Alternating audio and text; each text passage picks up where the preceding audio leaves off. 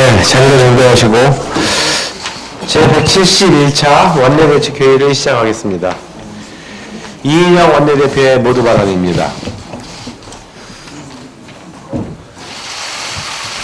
모든 야당에게 일주일간의 집중 협상을 제안합니다. 검찰개혁과 선거법 상정을 앞두고 우리 국회에 긴장이 높아지고 있습니다. 제1야당 대표가 일주일째 노상 단식을 하고 있고 많은 국민들께서 국회가 다시 극한의 대결로 빠져드는 것은 아닌지 걱정하고 계십니다. 손 놓고 극한 대결 속으로 빠져들 수는 없습니다. 싸울 땐 싸우더라도 마지막까지 최선을 다해 대화와 타협의 정치를 우리는 고민할 수 있어야 합니다. 오늘부터 일주일 동안 집중적인 대화와 협상의 시간을 가질 것을 제안합니다. 민주당은 작은 접점이라도 찾아내기 위해 모든 야당과 진심을 갖고 최선을 다해 대화에 나서겠습니다. 오늘부터 여야 원내대표가 매일 만나기로 또 만나서 협상하기로 합의했습니다. 엉킨 실타래를 모두 풀어낸다는 특단의 각오로 협상에 임하겠습니다. 우리 국회의 모든 지도자들에게도 호소합니다. 앞으로 일주일이 국회의 모든 지도자들이 고도의 정치력을 발휘해야 하는 결정적인 순간입니다. 대화와 타협이라는 정치 본연의 위력을 보여주십시오. 당대표를 포함한 모든 대화 채널을 총동원해서 대화와 협상에 나설 수 있기를 기대합니다. 특별히 황교안 대표에게 요청합니다.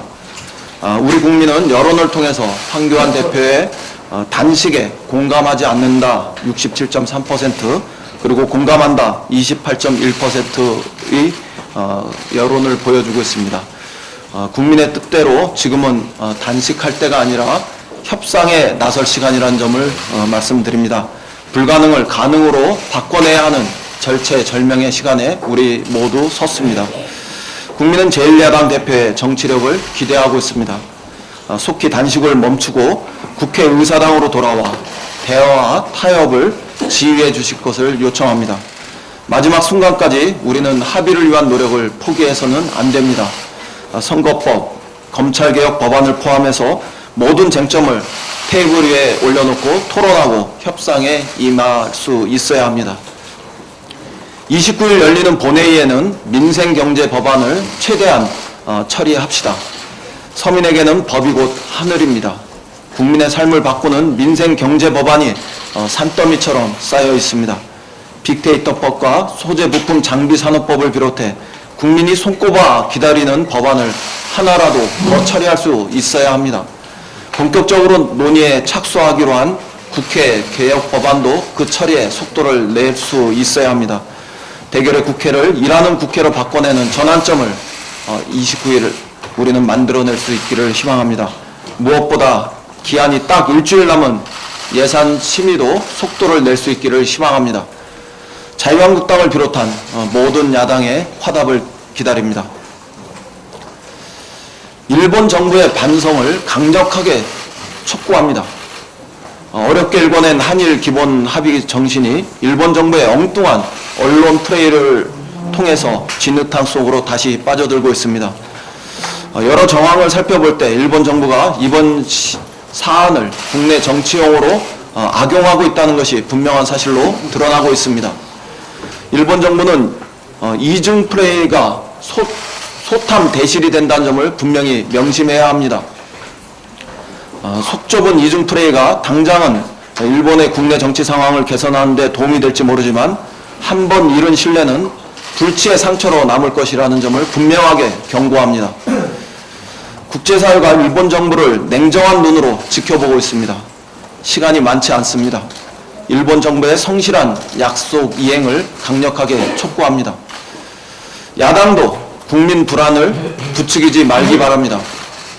자유한국당이 아베 정부의 나팔수를 자초하는 일본 언론과 동일한 시각으로 이 사안을 바라봐서는 절대 안 됩니다.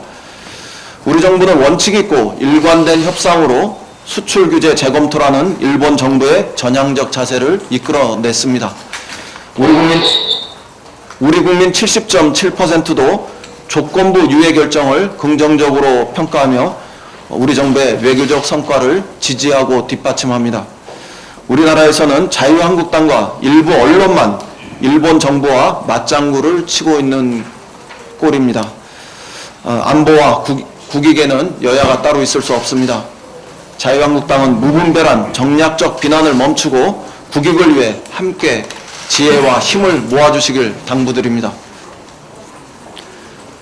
한 아세안 특별 정상회의가 동아시아 번영의 새로운 공동체를 만드는 디딤돌이 되길 희망합니다. 아세안 공동체는 인구로 세계 세 번째, 경제 규모로 세계 다섯 번째입니다.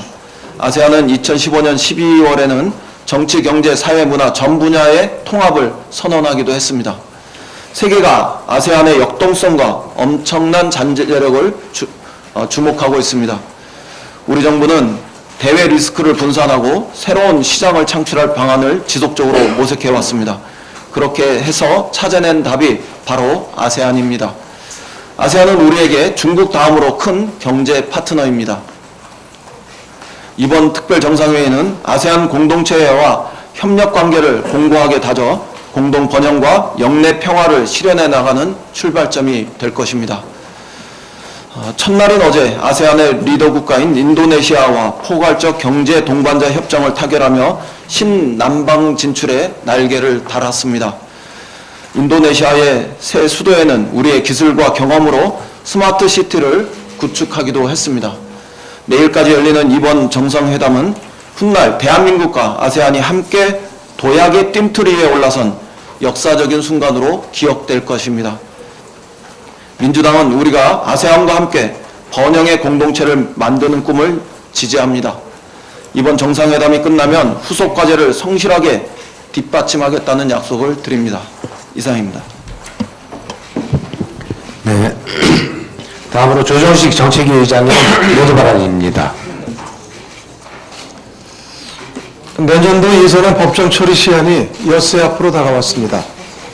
그러나 자유한국당의 전례 없는 무리한 요구로 인해 예산결산위원회 소소위 구성이 지연되면서 예산심사가 심각한 난항을 겪고 있습니다.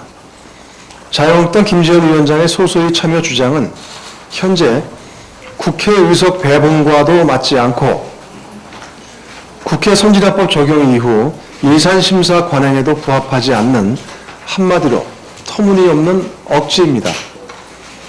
특히 예산심사의 공정성과 투명성을 이유로 김재원 위원장이 소소위에 참석해야 한다는 주장은 그야말로 어불성설입니다. 여야 간사들로 구성되는 소소위에 예산결산위원장이 끼어들겠다는 것이야말로 소소위의 공정성과 형평성을 깨트려 예산심사를 왜곡시키겠다는 것입니다. 언론 보도에 의하면 김재원 위원장이 자신의 지역구 SOC 사업 예산에만 400억 원대의 증액을 요청하는 등 전방위적으로 지역구 민원 예산을 요청했다고 합니다.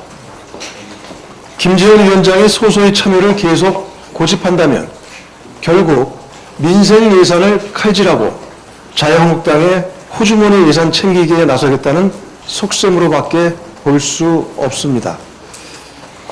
자유한국당은 국회법과 상례에 맞지 않는 과도한 주장을 접어야 합니다.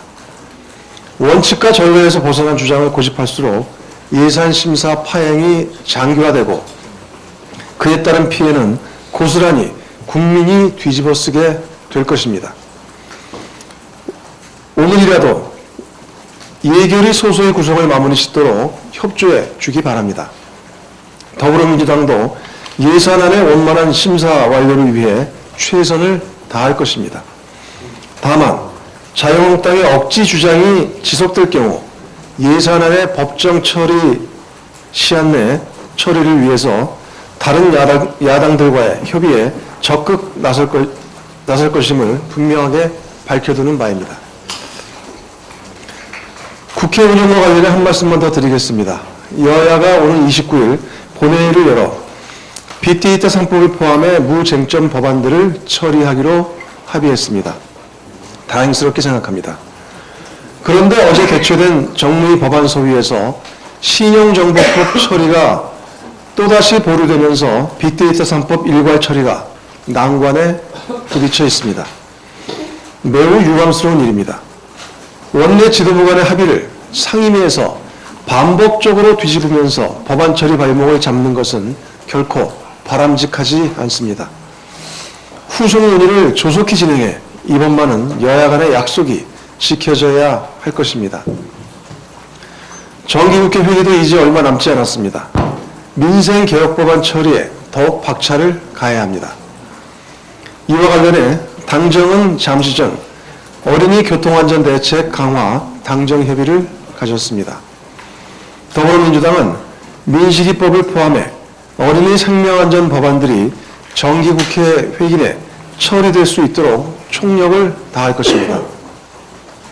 아울러 소재 부품장비 특별법, 근로기준법, 벤처투자 촉진법, 소상공인 기본법 등 경제 활성화 및 민생 안정과 직결된 법안들도 29일 본회의에서 처리될 수 있도록 최선을 다할 것입니다. 민생 현안의 속도감 있는 해결을 위해 대화와 타협의 정치 복원이 시급합니다. 특히 선거법 개정안이 내일부터 본회의 부의 요건을 갖추는 것을 시작으로 패스트트랙 정국이 본격화되는 만큼 여야 간 협의를 무작정 미룰 수 없습니다. 이를 위해 황교안 대표의 단식 중단과 함께 여야 정치협상회의의 정상적인 가동이 선행되어야 합니다. 황교안 대표의 건강 상태가 악화됐다고 하는데 황 대표의 단식을 비롯하여 극한적 대립이 더는 장기화되지 않기를 바랍니다. 황교안 대표의 단식은 정치개혁과 검찰개혁의 열차를 멈출 수 없다는 점을 깨달아야 할 것입니다. 자유한국당이 책임있는 대안을 갖고 협상에 임한다면 더불어민주당은 열린 마음으로 개혁과 민생에 대해 논의할 것입니다. 황교안 대표와 자유한국당의 조속한 결단을 촉구합니다. 제3차 한아세안 특별정상회의가 어제부터 부산에서 진행되고 있습니다. 문재인 정부 출범 이후 국내에서 개최되는 최대 규모의 국제 행사인 이번 정상회의는 신남방정책 성공의 중요한 교두보이자 동아시아 공동번영의 새 역사에 막을 올리는 것입니다. 아울러 미중 간 치열한 기술, 무역 패권 경쟁 속에서 새로운 활로를 모색해야 하는 우리 입장에서 아세안 국가들과의 관계 강화는 미들파워 국가로서의 우리의 전략적 입지를 한층 공고하게 다지는 길이기도 합니다.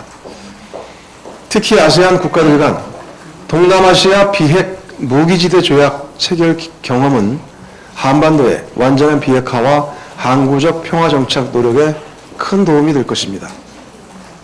영내 포괄적 경제 동반자 협정 체결과 함께 이번 한아세안 특별정상회담으로 전 세계 자유무역의 기치를 지키는 동아시아의 지위 또한 더욱 공고해질 것입니다. 이번 정상회의를 통해 한국과 아세안의 교류와 협력이 경제와 문화를 넘어 정치와 안보 등 전 분야로 확산, 강화될 것이라고 확신합니다. 함께 성장하고 함께 도약하는 동아시아 공동체로서 한국과 아세안의 특별한 유대가 보다 깊어질 수 있기를 기대합니다. 이상입니다. 지금부터 현안 발언 있겠습니다. 먼저 정책위 수석부의장 윤관석 부의장의 현안 발언입니다. 예, 지소미아 종료 조건부 연기에 관한 현안을 말씀드리겠습니다.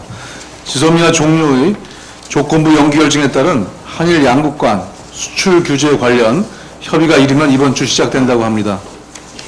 양국 통상당국과 외교 채널 등을 통해 일정과 의제 등에 대한 사전 조율이 진행된 이후에 과장급 대화가 진행되고 과장급 대화에서 양국의 입장이 정리될 경우 다음 달 중에 북장급 협상을 통해 수출 규제 문제가 본격적으로 다뤄질 것입니다. 이는 실타래처럼 얽힌 한일 관계를 푸는 첫 시도로서 다음 달로 예정된 정상회담에서 한일 양국이 모두 만족하는 성과로 이어지기를 기대합니다. 그러나 한일 양국이 수출 규제 사태 해결을 위한 임시조치에 합의한 이후 우리 정부와 국민의 원칙 있는 대응을 폄훼하려는 일본의 억지가 되풀이되고 있습니다. 일본 정부는 양보한 것이 없다라거나 퍼펙트한 승리 등 양국 간 실제 협의 내용과 완전히 동떨어진 궤변을 늘어놓는 것으로도 모자라서 합의 내용 왜곡에 대한 사과와 사실조차 발뺌하고 있습니다. 외교적 결례를 넘어 국가 간에 있어야 할 최소한의 실의마저 저버린 대단히 비열하고 저급한 작태가 아닐 수 없습니다.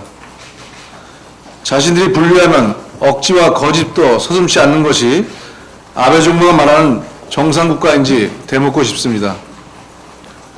양국 간 합의를 왜곡하는 거짓과 기만을 즉각 중단할 것을 아베 정권에게 분명하게 경고합니다. 아베 수상을 비롯한 일본의 책임있는 지도자들은 뒤에 저열한 언론 플레이에 골말할 것이 아니라 결자해지의 자세로 사태의 원만한 해결을 위해 적극 나서야 할 것입니다. 일본이 희망하는 지소미아의 안정적 유지의 전제 조건은 수출 규제에 대한 일본의 성의 있는 조치라는 점을 분명히 명심해야 합니다. 이러한 시점에 지금 중요한 것은 국론이 분열하지 않고 국익을 위해 하나로 뭉치는 것입니다. 또한 일본의 수출 규제 조치 이후 보여준 우리의 비상한 대응 능력을 계속 유지해야 할 것입니다. 제가 간사로 참여하고 있는 일본 수출 규제 대응 당정청 상황 점검 및 대책위원회도 금주에 회의를 개최해서 대응책을 논의할 것입니다. 최소한 12월 연말까지 일본 정부의 성의 있는, 신뢰 있는 성실한 조치를 다시 한번 촉구합니다. 이상입니다. 네, 박경미 부대표의 현안 발언 있겠습니다. 네, 어제 문희상 국회의장님 주재로 열린 원내대표 정례 회동에서 29일 본회의 일정도 잡았고 패스트트랙 법안을 논의하기 위해 원내대표 회동을 내일 열기로 했습니다. 국회의 시계가 이렇게 움직이고 있음에도 불구하고 지금 야당 대표의 시고물 착오가 우리 정치의 발전을 심대하게 저해하고 있다는 우려가 제기되고 있습니다. 자유한국당에 대한 쇄신 요구에 마땅히 대응하기 어려워 찾은 돌파구이자 원내대표로서 존재감을 보이려는 고육지책에서 시작된 단식이겠지만 지금은 협상의 시간이지 투쟁의 시간이 아닙니다. 황 대표가 그동안 요구해왔던 지소미아 유지의 일부가 받아들여졌다는 전향적인 뜬금포성 정신승리 발언을 논의를 하더라도 공수처법과 선거법의 두 가지 사안은 입법기관인 국회가 해야 할 일입니다.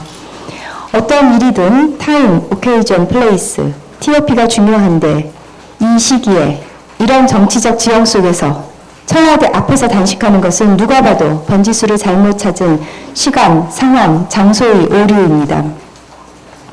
요즘 핫한 펭수는 직통령이라고까지 불리는데요. 특히 2030 세대의 인기가 많은 이유 중에 하나는 바로 꼰대 문화에 대한 사이다 발언 때문입니다. 이런 시대의 흐름을 읽지 못한 채 공관병 갑질 사건과 동일 의무로 기억되는 박찬주 전 육군대장을 인재영입 1호로 내세운 것이나 총리 시절 역 플랫폼까지 차를 들이미는 등 지금도 회자되는 황제 의전의 DNA를 의전 단식으로 이어가는 것은 갑질 문화에 대한 감수성 부족을 보여줍니다. 명분도 실리도 찾을 수 없는 단식, 당직자와 보좌진에게 민폐를 끼치는 단식, 국민들에게 피로감을 가중시키는 단식, 원내의 협상폭을 제한하는 단식을 중단하고 당대표 본연의 일에나 집중하기를 촉구합니다. SNS에 수없이 남겨진 단식인가 노숙인가 라는 질문, 그리고 청와대가 아니라 일본 대사관 앞에서 수출 규제 해제하라고 단식하라는 조언, 이런 목소리가 황 대표를 바라보는 국민들의 시선을 대변합니다. 이상입니다. 네, 임종성 부대표의 현안 발언 있겠습니다. 예산결산특별위원회 예산안 등 조정소위원회가 벌써 4일째 파행 중입니다. 예산은 국민의 삶입니다. 국민이 낸 세금으로 구성되고 국민의 삶에 기여하는 역할을 하는 것이 바로 국가 예산입니다. 그리고 이를 심사하는 것은 국회의 주요 업무이자 사명입니다. 그런데 단 한 사람의 생때에 예산 심사 기능이 4일째 마비 중입니다. 바로 김재현 위원장이 자기도 여야 간사 간 협의체에 껴달라며 생떼를 부리는 것 때문입니다. 덕분에 여야 간사 간 협의체가 심사해야 할 482건의 보류안건에 손도 못 대고 있으면 물론 예결위 전체 일정이 모두 중단됐습니다. 이에 대해 김재현 위원장은 24일 입장문을 발송해 소소인은 국회법상 근거가 없는 뿌리 뽑아야 할 악습이라며 날선 비판을 했다고 합니다.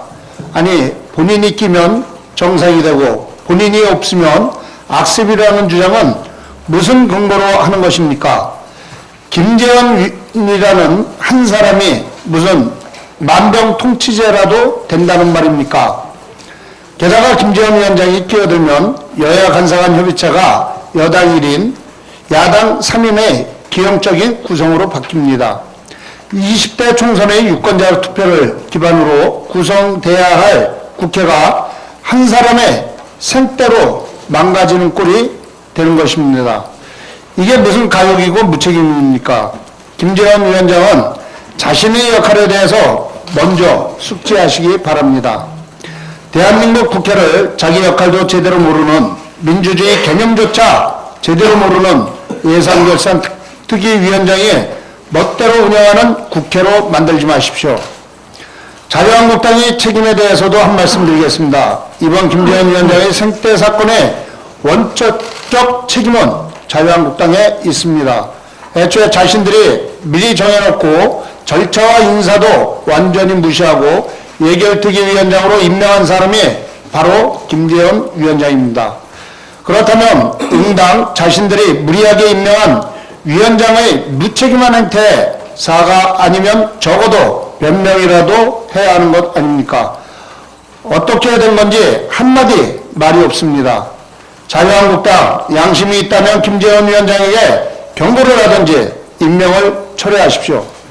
위원장의 생떼로 예결위 심사기한이 줄어들면 줄어들수록 자유한국당의 야당으로서의 역할도 줄어든다는 사실을 바로 인지하시기 바랍니다.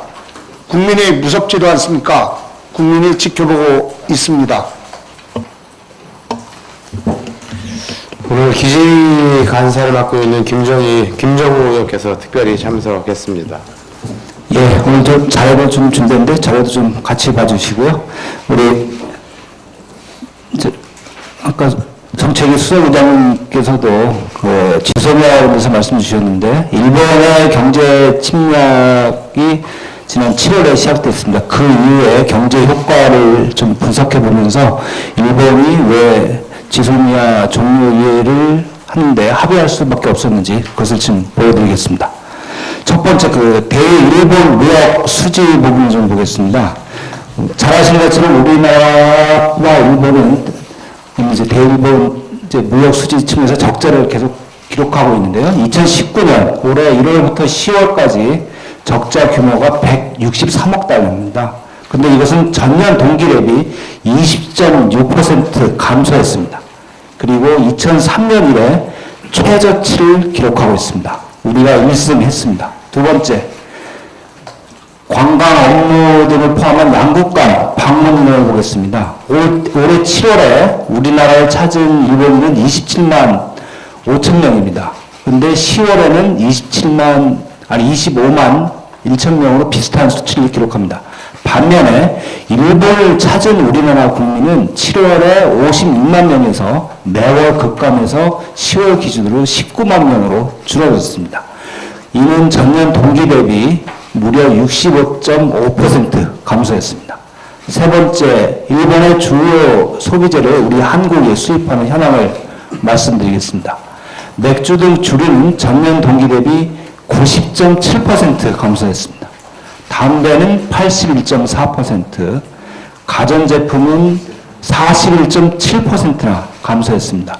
승용차 수입 규모는 전년 동기 대비해서 점차 줄고 있는데요. 그것은 그 7월, 8월에는 약간 증가했다가 9월, 10월에는 235%, 59% 이렇게 감소했습니다.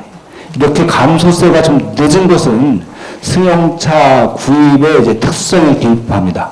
구입 계약과 인도 시기가 차이가 나기 때문이지 승용차도 역시 계속 감소하고 있다는 것을 보여주고 있습니다. 이렇게 세 가지 측면에서 우리가 이기고 있다. 우리 대한민국이 이기고 있습니다. 현재 지소미아 종료 유예 결정과 관련해서 일본이 언론에 촉발한 사과 여부 논란으로 진실게임화되고 있지만 핵심은 일본이 스스로 경제적 피해를 유발했고 결국 양국의 협상 테이블로 복귀하여 출구를 모색하려는 의도를 나타낸 것입니다. 우리 국민의 대다수인 70%가 지소미아 종료 유예를 잘한 결정이라고 평가하고 있습니다. 일본의 수출 규제 철회가 없을 시 단호하게 불매운동을 지속할 의지를 77.6%가 갖고 있습니다. 일본은 한일 양국의 통상 협의를 통해 수출 규제 철회를 비롯하여 한일 관계 정상화에 적극 나서야 할 것입니다. 자유한국당은 국익 앞에 국민의 의견을 받들어 한 목소리를 내야 할 것입니다. 고맙습니다. 네, 이상으로 공개를 마치고 비공개로 전환하도록 하겠습니다. 언론인 여러분들께서는 협조해 주시면 고맙겠습니다.